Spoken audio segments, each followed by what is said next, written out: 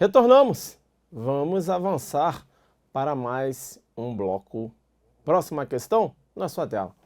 Próxima questão na sua tela, questão de número 24, delegado de Polícia Civil do Acre, 2017. Excelente esse concurso, eu digo a nível de prova, ok? Sobre a doutrina da ação finalista, tal qual formulada por Hans Welzel, é correto afirmar que a direção final de uma ação só se dá em duas fases, que nas ações simples se entrecruzam, a saber, uma que ocorre na esfera do pensamento, com a antecipação do fim a realizar, seleção dos meios necessários à realização e a consideração dos efeitos simultâneos decorrentes dos fatores causais eleitos. E a concretização da ação no mundo real, de acordo com a projeção mental. Professor, filhão, o examinador simplesmente tirou essa questão lá do livro do Welzel, que foi traduzido. Do livro do Welzel não, né? Aqui comigo. Uma parte, alguns pontos lá da obra do Welzel, que foi... E aí, o professor Luiz Regis Prado, ele traduziu. E aí acabou, né, montando uma obra, que é o Novo Sistema Jurídico Penal, Hans Welzel, tradução Luiz Regis Prado. E o Welzel simplesmente, né, ele apresenta essa exposição na sua obra. O examinador simplesmente foi lá do livro, pegou e jogou. Questão correta, filhão. Questão correta, vem comigo na telona. Questão correta, estamos aqui na concepção finalista. Eu chamo a sua atenção, aqui no modelo finalista ou teleológico de delito, ok? Welzel, né? Armin Kaufmann, seguidor de Welzel também. Então veja, a ação, na visão de Welzel, a ação humana é o exercício de uma atividade final.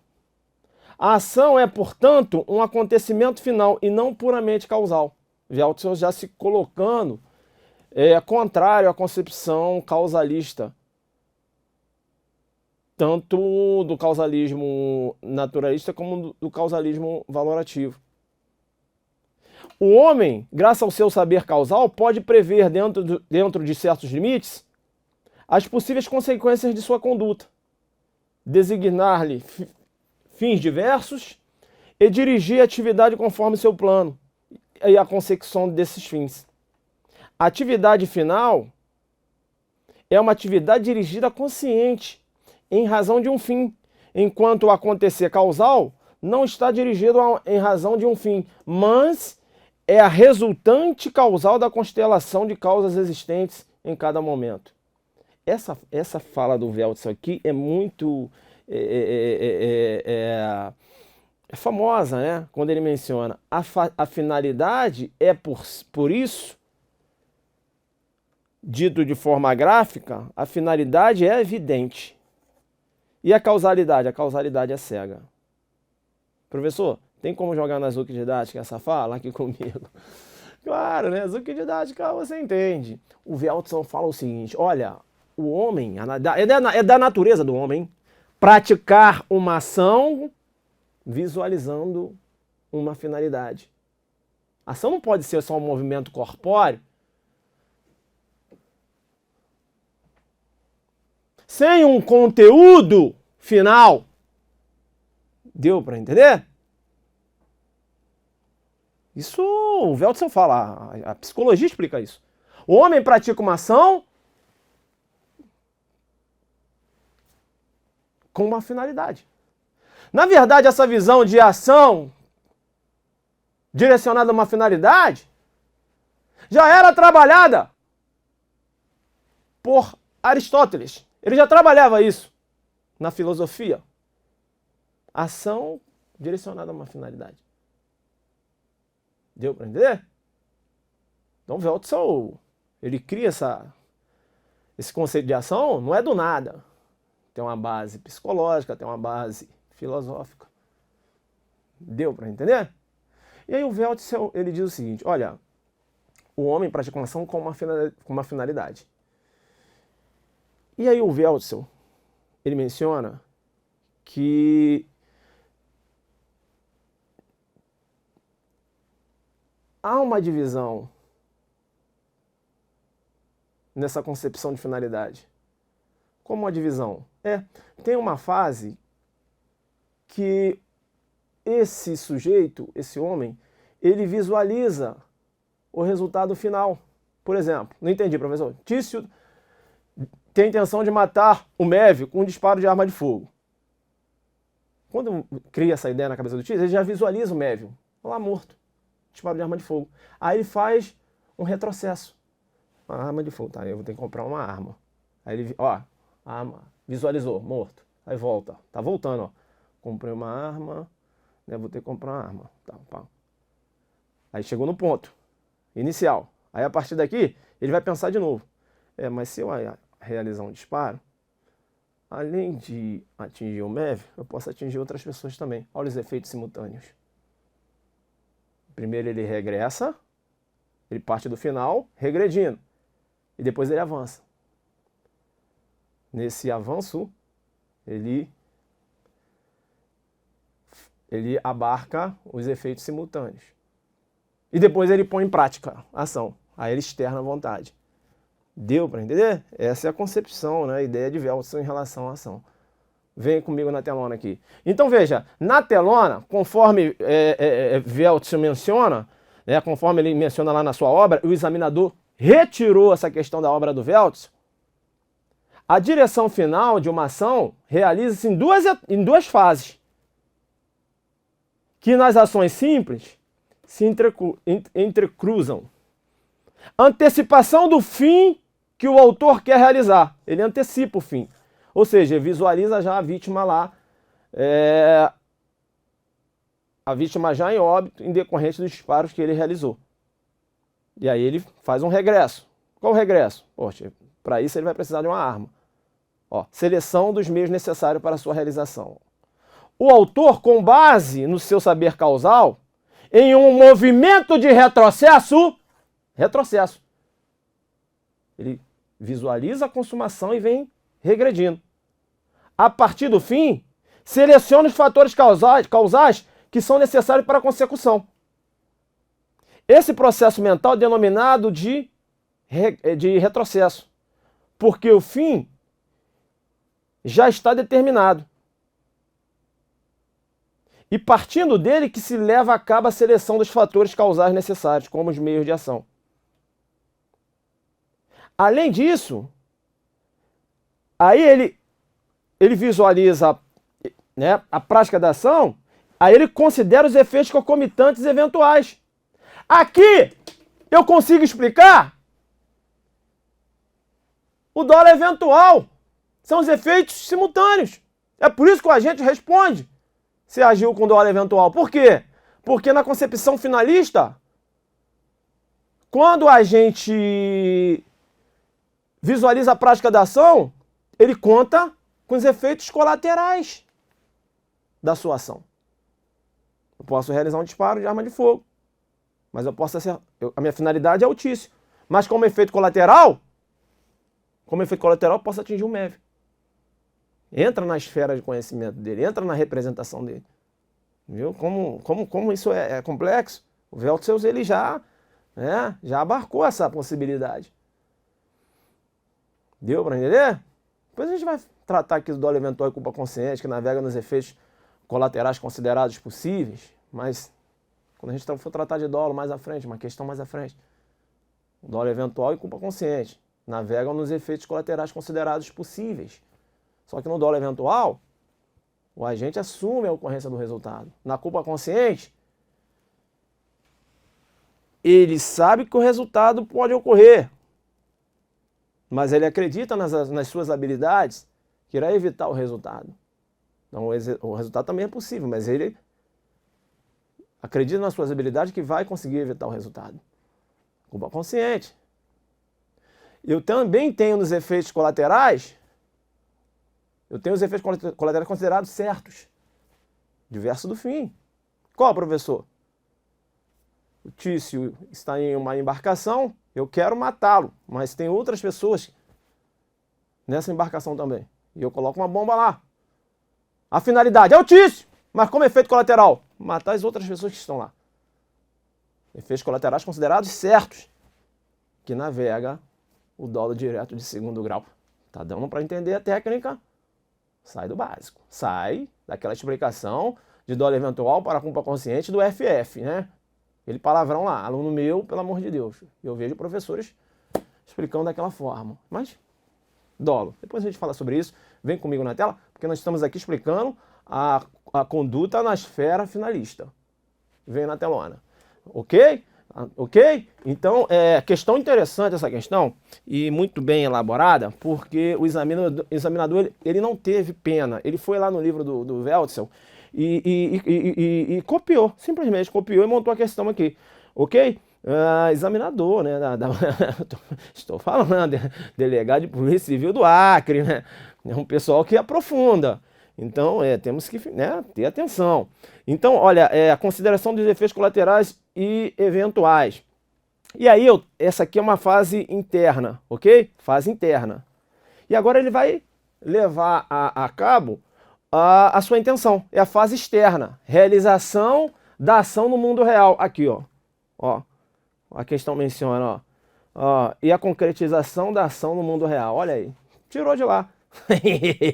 Tirou de lá, jogou pesado. Então veja, a realização da ação no mundo real, ou seja, é a colocação em marcha dos meios com o fim de alcançar o resultado proposto mentalmente. Então, para o finalismo, conduta é o comportamento humano voluntário e consciente, dirigido a um fim. Deu para entender? Então, veja, portanto, para essa teoria, dolo e culpa pertencem à conduta, e não à culpabilidade. Eles foram transportados para o tipo, no qual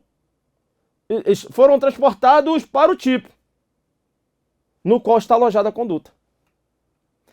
A ação humana é o exercício de uma atividade fim.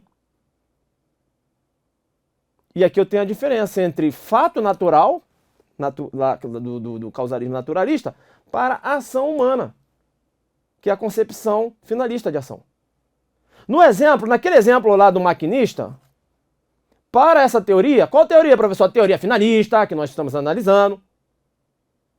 O maquinista não teve dolo ou culpa com relação ao suicida, que se jogou na frente do trem. Já para a teoria causalista, a conduta e ausência de culpabilidade. Deu para entender? Então a conduta aqui, ela demanda dolo ou culpa. E no causalismo? No causalismo não há necessidade de dolo ou culpa na conduta. Porque o dolo ou culpa estão alojados, né? Essa dimensão subjetiva formada pelo dolo e pela culpa, essa dimensão está alojada na culpabilidade. Deu para entender? Ok, né? Que eu já tinha falado. E aí, como eu falei, já que eu vou analisar aqui, estou analisando a ação numa concepção finalista, eu vou analisar as outras categorias também, porque o examinador ele pode perguntar uma concepção finalista não apenas em relação à ação, mas ele pode perguntar em relação ao tipo, ele pode perguntar em relação à antijuricidade, ele pode perguntar em relação à culpabilidade. Eu tenho que fechar o tema. Aqui comigo, o Weltzel, quando da criação da teoria finalista, ele promoveu uma verdadeira revolução na teoria do delito. Verdadeira revolução. Deslocou dolo e culpa, essa dimensão subjetiva do delito, da culpabilidade, alojou no tipo. Antijuricidade, agora, além antijuricidade, né? Que já era uma antijuricidade material. Além disso, o Weltzel promoveu uma subjetivação da antijuricidade. Deu para entender? Ou seja, quando se fala de excludente de ilicitude, pela concepção final, o agente ele tem que ter conhecimento que está abarcado pelo excludente de ilicitude, né? Para afastar a antijuridicidade. Deu para entender? Não basta só que o agente venha praticar uma conduta e alegar que estava em legítima defesa. Ele tem que ter conhecimento da situação justificante. É por isso que você tem duas correntes, né? A necessidade de conhecimento da situação justificante ou não. Então, a doutrina majoritária, né, sustentando essa concepção finalista, entende que ele tem que ter conhecimento da situação justificante. Ele praticou uma conduta com uma finalidade, qual? Se proteger, se defender. Então tem, né? Então tem essa discussãozinha e alguns entendem que não. Mas isso a gente vai discutir mais à frente quando falar de legítima defesa. Vem comigo aqui na telona. Vem comigo na telona. Então, ao tipo, deslocamento da dimensão subjetiva do delito, né? Da dimensão subjetiva do delito para o tipo. Ou seja, o deslocamento da culpabilidade para o tipo. Eu tenho aqui uma subjetivação do tipo. Como assim, professor? Dolo e culpa agora, né? Estão aqui no tipo. Subjetivação, elementos subjetivos no tipo. Ok? Antijuridicidade, subjetivação da antijuridicidade. Eu tenho a antijuridicidade material, que é lesão ao bem jurídico, e eu tenho um desvalor. O desvalor do resultado. Esse desvalor do resultado é baseado na antijuridicidade. Aqui eu tenho uma graduação do injusto. E a culpabilidade? Culpabilidade, redução da culpabilidade é um conceito puramente normativo. A culpabilidade agora só com elementos normativos. Imputabilidade, potencial conhecimento de estudo do fato e a exigibilidade conduta inversa. Eu tenho aqui a denominada teoria normativa pura. Aqui é pura da culpabilidade. E no neocantismo, teoria normativa só da culpabilidade. Então fica ligado com esses nomes. Você não pode fazer confusão. Tá? Ou no neocantismo pode aparecer também teoria psicológica normativa da culpabilidade. Ok? Ok. Ok, então, né, eu volto aqui, ó, joguei duro, né? Joguei duro. Questãozinha tirou lá do livro, essa questãozinha de número 24, tirou aqui, ó, desse livro aqui. Coloquei até aqui, ó. Hans Weltzel, um novo sistema jurídico penal, a revista dos tribunais, tradução do professor Luiz Regis Prado, jogou pesado demais aqui, hein? Mas aqui a gente, né, abordou e aí eu passei para vocês a visão do Weltzel, né? E aí a gente consegue explicar o dolo eventual, enfim, a culpa consciente também, né? Então veja que essa concepção final, a concepção finalista tem grande relevância. Ok? Ok. Vamos agora então para a questão de número 25. São hipóteses de ausência de conduta, coação física irresistível, ok. Atos reflexos, ok. Omissão de ação, errado. Omissão de ação, errado. Porque a omissão de ação, que é a omissão de ação esperada, é considerada uma conduta omissiva. Essa questão aqui do Ministério Público do Distrito Federal, promotor de justiça, é uma questão com base na concepção finalista.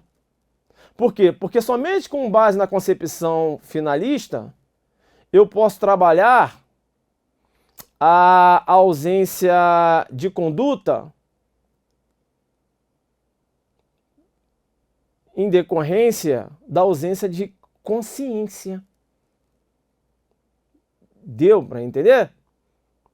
Em decorrência da ausência de consciência e da vontade de se chegar a uma finalidade. Eu tenho aqui a denominada função negativa da ação ou da conduta humana no finalismo. São situações que não estão abarcadas pelo conceito de conduta humana, pelo conceito de ação. São as não ações.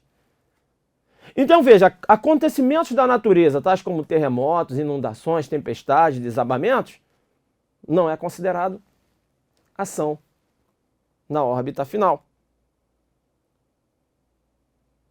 Não são consideradas ações, né? Os acontecimentos, isso que eu queria falar, não são consideradas ações. Ataque de animais ferozes. Mas eu chamo a sua atenção. Por quê? Porque se esse animal está sendo usado como instrumento, aquele que lança a mão do animal pratica uma ação. Aqui comigo. Então, se o Tício, vamos falar isso em legítima defesa, se ele está com um cão feroz e ele provoca o cão feroz para atacar o mévio, essa é a finalidade dele, provocar lesões corporais, quer que o cão vá lá e morda o mévio, eu vou considerar ação, ainda que o cão esteja atacando a vítima. Por quê? Porque o cão figura como mero instrumento na mão do Tício. Deu para entender isso? Ah, professor, aí eu tenho autoria imediata, né? Não, filho, não há que se falar autoria imediata, que não é um cão, é um instrumento, né? Mas esse instrumento aí é como se fosse uma arma de fogo. Deu para entender? Eu tenho autoria direta. Se liga, né? Se liga. Beleza? Né? Depois a gente vai tratar aí. Tem uma questão boa aí de autoria imediata, por ação justificada, uma pegada boa que eu vou trazer lá de Zaffaroni. Estou preparando, fica tranquilo. Professor, estou gostando desse curso porque não é só resolução de questão, é mergulha, né? Mergulha, mergulha. Deu para entender isso? Né? Então, importante. Então, que eu estava falando agora, aí a vítima vai se defender do ataque desse animal. Então, veja, volta para mim. A vítima vai se encontrar em legítima defesa? Vai. Por quê? Porque, ainda que seja um animal atacando, aquele animal está figurando como instrumento. Deu para entender? É diferente se a vítima está andando na rua e um animal feroz vem atacar a vítima. Aí não há que se falar em conduta humana. Então, ainda que essa vítima venha se defender, essa vítima vai se encontrar em estado de necessidade e não em legítima defesa. Então, essas situações de não ações, por exemplo, uma pessoa em um estado de sonambulismo que vem atacar uma determinada pessoa, e essa pessoa que está sendo atacada, ela se defende, eu tenho estado de necessidade e não legítima defesa. Por quê? Porque esse estado de inconsciência não é considerado ação, né? Não há que se falar em conduta humana consciente. Deu para entender? O finalismo ele trabalha com essa questão da consciência da conduta, entendeu? Porque no finalismo não há que se falar em ação. Vem comigo na telona. Então aqui nós temos diversos casos que não entram no conceito de ação. Movimentos executados em estado de inconsciência. Então, desmaios, delírios, sonambulismo, né? Falei agora aí do sonambulismo. Convulsões epilépticas. A mãe, por exemplo, que sufoca ou lesiona o filho na amamentação, ao sofrer um desmaio ou convulsão epiléptica. Não há que se falar em conduta humana. Deu para entender? Por quê? Porque veja que eu tenho aqui um estado de inconsciência. Movimentos executados mediante coação física absoluta. A empurra B sobre uma vitrine, quebrando-a. Conclusão: B não praticou conduta. E A figura como autor direto e não mediato. Deu para entender? Quem vai responder pelo dano é A. Mas como autoria, na figura de autor mediato, não. Autor direto. B é como se fosse um segmento de madeira na mão dele. Ele empurrou B, B quebrou a vidraça, mas o B não praticou conduta. A vai figurar como autor direto. Não há que se falar de autoria imediata aqui. Agora, se é um caso de coação moral uma coação moral irresistível, que é a vis compulsiva, aí não exclui ação, aí eu tenho ação. Por exemplo, B quebra a vitrine sob a ameaça séria de A. Conclusão: B praticou a conduta e A figura como autor imediato. Deu para entender? Então, essas situações que eu tenho aqui decorrem da função negativa da ação ou da conduta humana. Aqui eu tenho estados de inconsciência, eu tenho aqui movimentos executados mediante coação física absoluta. Essa questão aqui, quando empurra o corpo, figura como uma massa, né? Uma massa que provoca um dano, ok? Então é importante isso. Os atos reflexos, majoritariamente, não constituem ação. com base na teoria finalista. Mas o Roxin, que adota um outro conceito de ação, que adota um conceito pessoal de ação, ele entende que o ato reflexo constitui ação sim. Segundo o Roxin, que adota o conceito pessoal, a ação, o ato reflexo, seria ação por quê? Porque, ainda que seja um ato reflexo, é dirigido a uma finalidade, psiquicamente intermediada. Portanto, constitui manifestação da personalidade. Aqui comigo. Esse conceito de ação do Roxin, os autores têm até dificuldade, né, em relação à explicação desse conceito. É um conceito muito subjetivo. O Roxin entende que a ação é a manifestação da personalidade. Como assim, Roxin? Entrar na personalidade de uma pessoa? É difícil. E o professor Juarez Cirino, ele fala muito bem. Ele fala, olha, esse conceito do Roxin é de difícil entendimento. Entrar dentro da personalidade. Se nem a própria psicologia não consegue explicar bem essa questão de personalidade. Você tem correntes, diversas correntes dentro da própria psicologia, né? Então, tem esse viés. Então, esse conceito de Roxin, que a ação é a manifestação da personalidade, é de difícil explicação. Os próprios autores não conseguem explicar. Né? E você chega nessa situação do Roxin entender que um ato reflexo constitui ação. Isso aí é minoritário. Aqui no Brasil, o ato reflexo não constitui ação.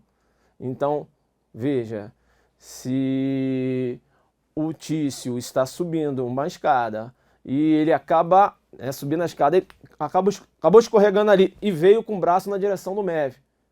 E o Mévio foi e se defendeu e deu um soco no Tício, o Mévio não está em legítima defesa. O Mévio está em estado de necessidade.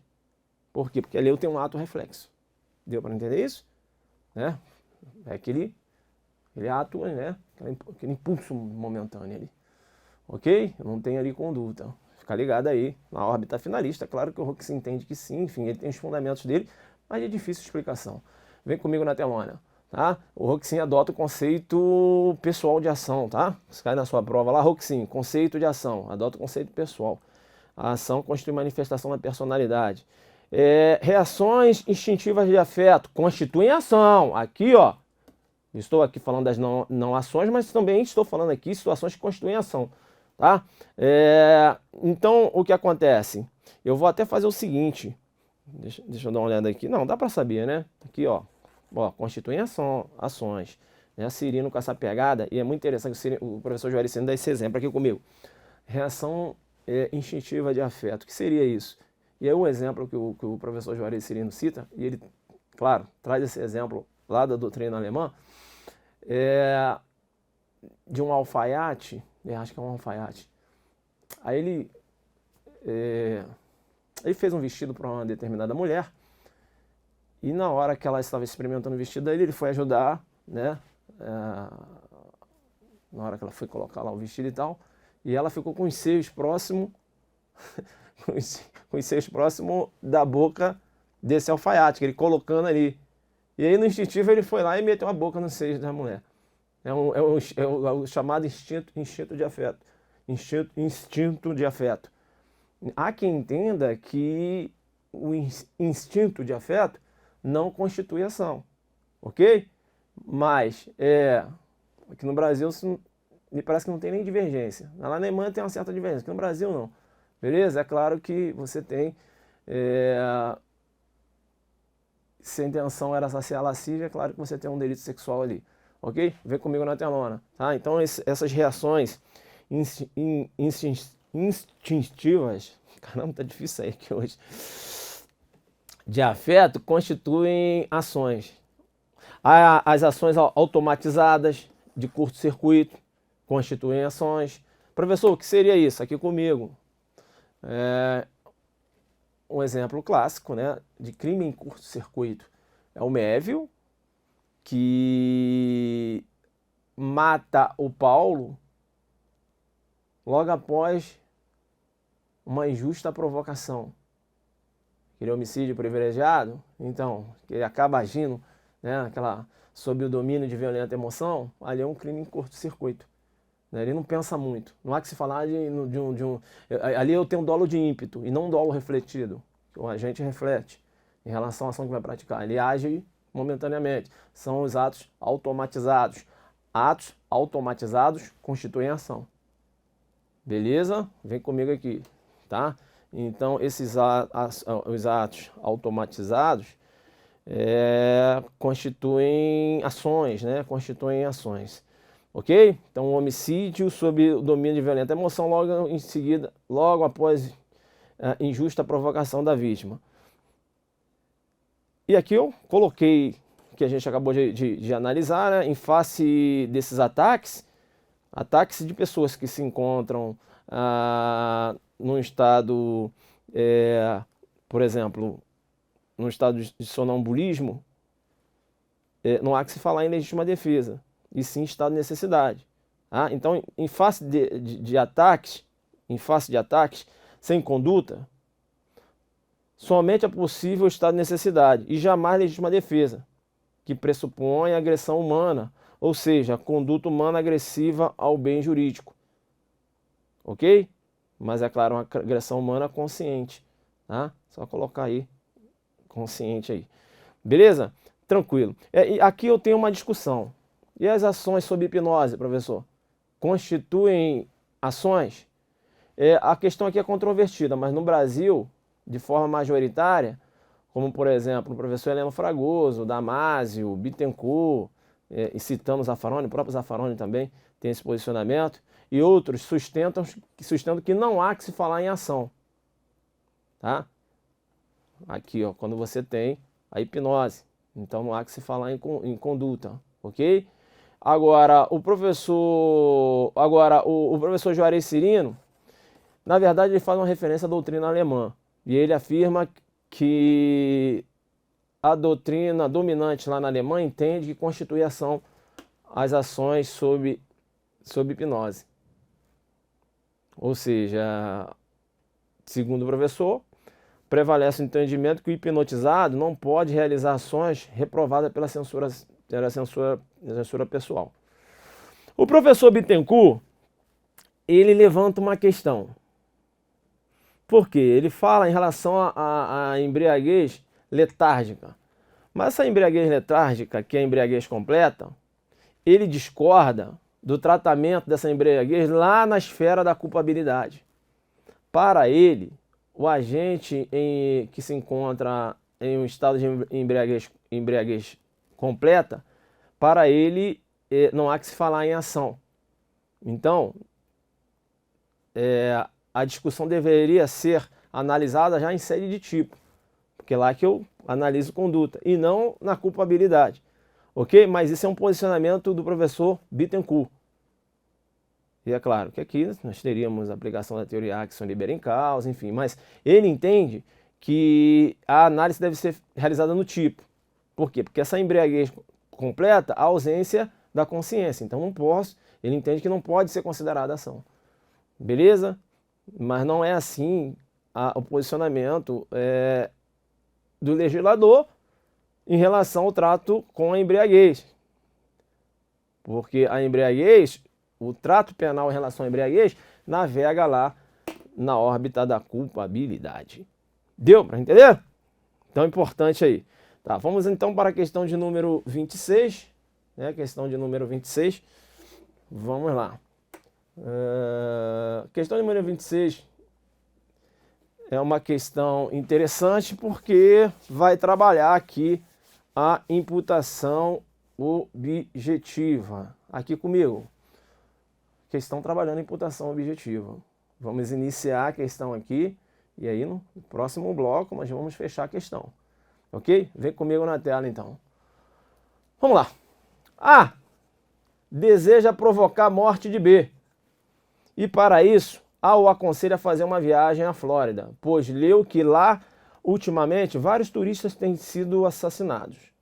Ok. A planeja que também B tenha esse destino. B, que nada ouviu sobre os casos de assassinato na Flórida, faz a viagem de férias e de fato é vítima de um delito de homicídio. A respeito da teoria da imputação objetiva, na concepção de Claus-Roxin, diante do caso concreto, é correto afirmar que A deve responder pelo homicídio, pois sua conduta acabou incentivando B a fazer a viagem, criando assim um risco não permitido. No caso, criou um perigo de morte juridicamente relevante. Eu vou chamar sua atenção porque, se você observar aqui nessa questão, nós temos dolo. Nós temos dolo. E também temos nexo de causalidade. Dolo, ele deseja a morte de B, A deseja a morte de B, e o aconselha a realizar a viagem. Ora, se A não tivesse aconselhado B a realizar a viagem, B não teria morrido na Flórida. Então aqui eu tenho um nexo de causalidade, eu tenho causa e tenho dolo, ok? A questão aqui está, a questão está errada, a questão está errada. Agora veja, aqui comigo, a questão está errada, ok? Você pode até analisar, professor, está errada por ausência de previsibilidade. Bem, mas o Roxin, ele não chega nem a esse campo da previsibilidade. Primeira coisa, a questão está pedindo para você analisar o caso à luz da imputação objetiva de Roxin. Por quê, professor? Imputação objetiva? Imputação objetiva, primeiro, não é uma teoria criada pelo Roxin. Já começa por aí. Não, professor, não. Roxin não criou a teoria da imputação objetiva. A teoria da imputação objetiva, essa concepção de imputação objetiva vem desde Hegel. Hegel já trabalhava essa concepção de imputação. Aí Lawrence traz essa concepção de imputação para o direito, para a órbita jurídica. E o Honeck, em 1930, por aí, não lembro bem agora, enfim, o Honeck, ele introduz a teoria da imputação objetiva no direito penal. Só que nessa época, o causalismo era dominante. A teoria conditio sine qua non dominava essa órbita de imputação com base em nexo de causalidade. Deu para entender? Então, por falta de adeptos, a teoria da imputação objetiva adormeceu. Em 1970, Roxin escreve uma obra em homenagem a Honeck. E aí ele ressurge com a teoria da imputação objetiva. Roxin já com a sua concepção funcionalista, trabalhando política criminal dentro das categorias do delito. Aí o Roxin ressurge com essa teoria, a teoria da imputação objetiva. Agora o Roxin cria critérios para a imputação. A função do direito penal na concepção do Roxin é proteger bens jurídicos. Então Roxin, veja, traz essa concepção para dentro do tipo. E ele fala, olha, eu só posso imputar um fato a alguém como sua obra se essa pessoa praticou uma ação, sim, mas uma ação que venha a criar um risco. Agora, um risco não permitido para o bem jurídico. E aí eu tenho uma legitimação do direito, da aplicabilidade do direito penal. Essa legitimidade vem da concepção de que o direito penal tem a missão de proteger bens jurídicos. Então, se eu tenho uma ação que criou um risco não permitido ao bem jurídico, eu já começo a pensar em imputar, porque eu tenho que ter outros requisitos. Porque além dessa ação ter criado um perigo, ter criado um risco não permitido para o bem jurídico, eu tenho que verificar se esse risco se realizou no resultado. E se esse risco se realizou no resultado, eu ainda tenho que verificar se esse resultado se encontra no alcance do tipo ou no âmbito de proteção da norma. Esses critérios, o Honeck não trabalhou. Então é por isso que a teoria da imputação objetiva, vista hoje como ela é, eu digo a teoria que é trabalhada pelo Roxin, com esses contornos normativos, é bem diferente da teoria de imputação, da imputação objetiva que foi apresentada por Honeck, né, que faltava faltavam esses requisitos precisos, né? Se falava até que tinha alguns requisitos normativos, enfim, mas a teoria condício sine qua non era forte nesse sentido. Deu para entender? E por que o Roxin ele surge com essa teoria da imputação objetiva? Ele surge com essa teoria da imputação objetiva porque a teoria condício sine qua non, que alguns mencionam que seriam de Fomburi, quando, na verdade, o professor Renan Rocha ele é claro nisso, essa teoria não é de Fomburi. Professor, mas eu li no livro, eu sei, no seu livro consta, mas não é. É de Gleiser. Ok? Fomburi, jurista alemão, ele divulgou essa teoria no Tribunal Imperial Alemão. Isso equivale a um STJ da vida. Ele deu essa divulgação à teoria. Por isso que a teoria condicional Fomburi, não é Fomburi, é de Gleiser. Como também o processo de eliminação de Thierry, né? Que entende que causa é todo aquele evento sem o qual o resultado não teria ocorrido, também não é de Thierry. Professor, não é. É de Gleiser também. O Thierry, ele que é o sueco, ele fez elaborar uma obra e ele cita essa teoria, condício sine qua non. E ele fala do processo de eliminação. Deu para entender? Que é de Gleiser. E todo mundo acha que é de Thierry, tá? Então, nos livros, nas provas, cai. Ok, só para você ter conhecimento. Então, indico muito, professor. Não estou ganhando nada para isso, mas se você quer entender nexo de causalidade, professor Renan Rocha, um excelente livro lá, Relação de Causalidade. E hoje, então, enfim, essa teoria da condício sine qua non sempre recebeu crítica. Sempre recebeu críticas. Por quê? Porque ela acaba chegando a um regresso infinito. Ora, aquela mãe que deu à luz a um filho, e esse filho posteriormente, já maior, imputável, de posse de uma arma de fogo, realizou um disparo e matou o Mévio, aquele ato de dar à luz é considerado causa. Porque se você retira esse ato, né, de dar à luz a um filho, naquele filho que matou, ele não estaria aqui no mundo, né? Não teria se apoderado de uma arma de fogo, não teria matado uma outra pessoa. É considerada causa, pela teoria condício sine qua non. E aí você teria que lançar a mão lá do campo subjetivo, para limitar. Como assim? Porque o direito penal, a responsabilidade penal é subjetiva. Aí você tem que lançar a mão da órbita subjetiva. Essa mãe não vai responder? Não, porque ela não agiu com dolo e também não agiu com culpa. Mas veja, eu dependo de uma concepção subjetiva. Deu para entender isso? E aí surgiram diversas teorias, como a teoria da causalidade adequada, como a teoria da relevância. Hoje se fala inclusive na teoria Inus. Teoria da condição mínima, né? Teoria Inus. Renan Rocha fala muito bem disso até, né? É bom você dar uma lida depois lá da condição mínima, né? Isso, é a teoria Inus. E trabalha com nexos de causalidade. Por quê? Porque a condício sine qua non sempre teve essa falha, né? Desse regresso infinito.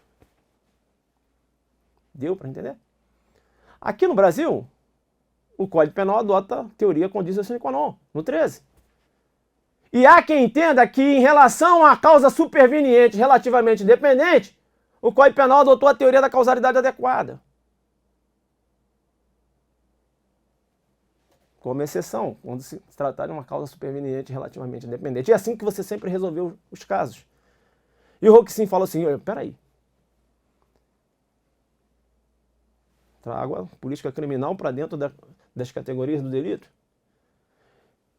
Para a imputação, eu não tenho que ficar analisando nexo de causalidade, não. Nexo de causalidade, eu não vou dispensar. Olha o Roxin falando.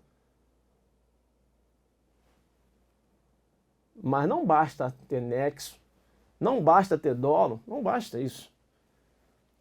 Para imputar um fato como obra do autor, eu tenho que analisar a ação. A função do direito penal é proteção de bem jurídico. Essa ação tem que criar um risco para o bem jurídico. Então o Roxin ele sai desse conceito ontológico de nexo de causalidade, de dolo, e fala, olha, não tem que analisar isso agora não. O nexo é importante? Ok, é importante, mas veja, não é a pedra de toque da minha fundamentação para a imputação. Eu vou imputar baseado na ação do agente. Minha imputação vai ocorrer analisando a ação do agente. A função do direito penal é a proteção de bens jurídicos. Essa ação criou um risco não permitido ao bem jurídico? Criou.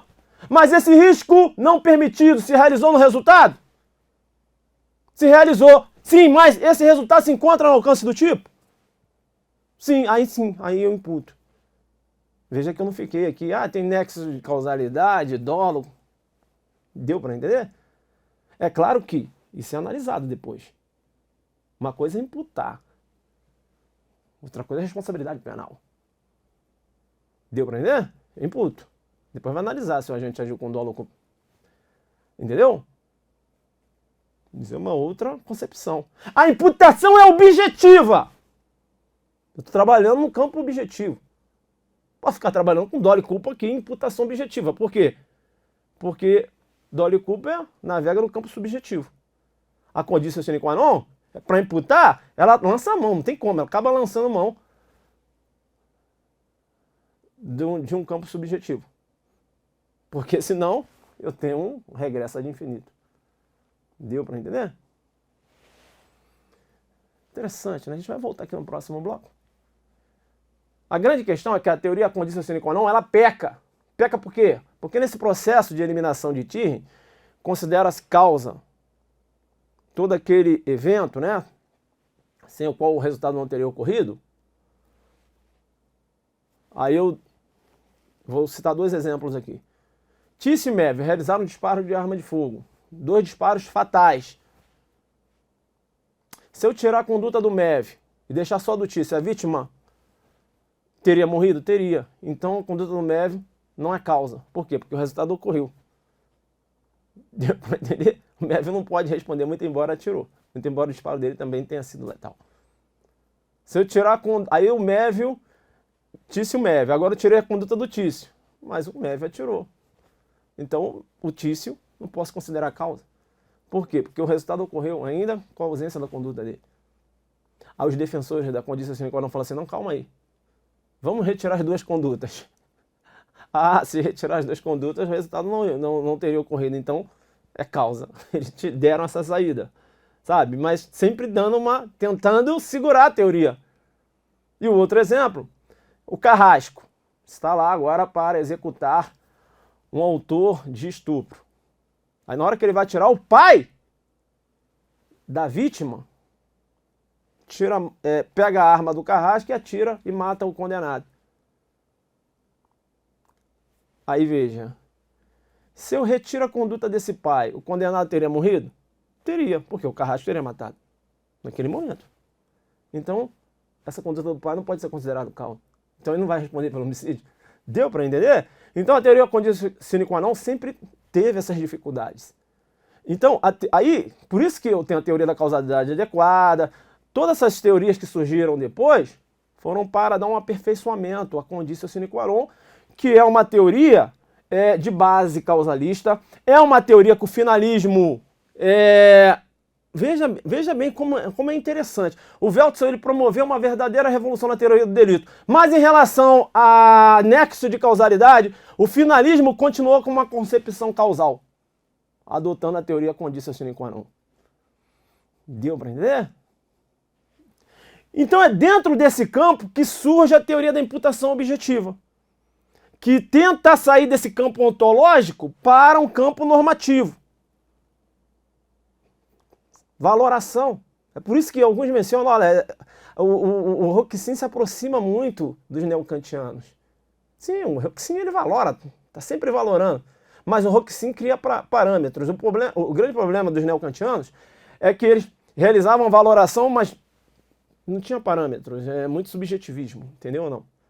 E o Roquessin dentro do seu funcionalismo, mas ele cria parâmetros. Olha, criação de um risco não permitido, realização do risco no resultado no alcance do tipo. Deu para entender?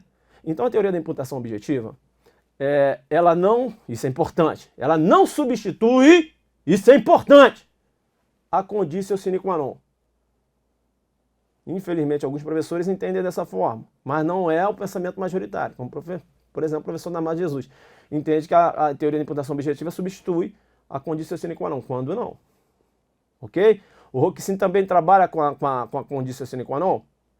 Ele trabalha, porque, veja, ainda que não seja pedra de toque, mas para imputar tem que ter o nexo de causalidade. Mas não é a pedra de toque da imputação. Ok? Então, na sua prova vai aparecer isso.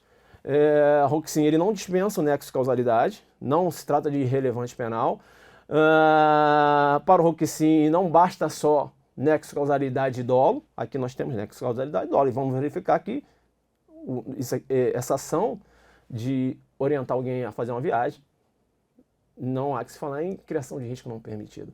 No próximo bloco, a gente continua. Beleza? Vai lá tomar uma água rapidinho. Segura-se, né, esse conhecimento que eu passei aí, que agora eu vou ter que aprofundar e a gente vai agora deixar a imputação objetiva no osso. Um abraço.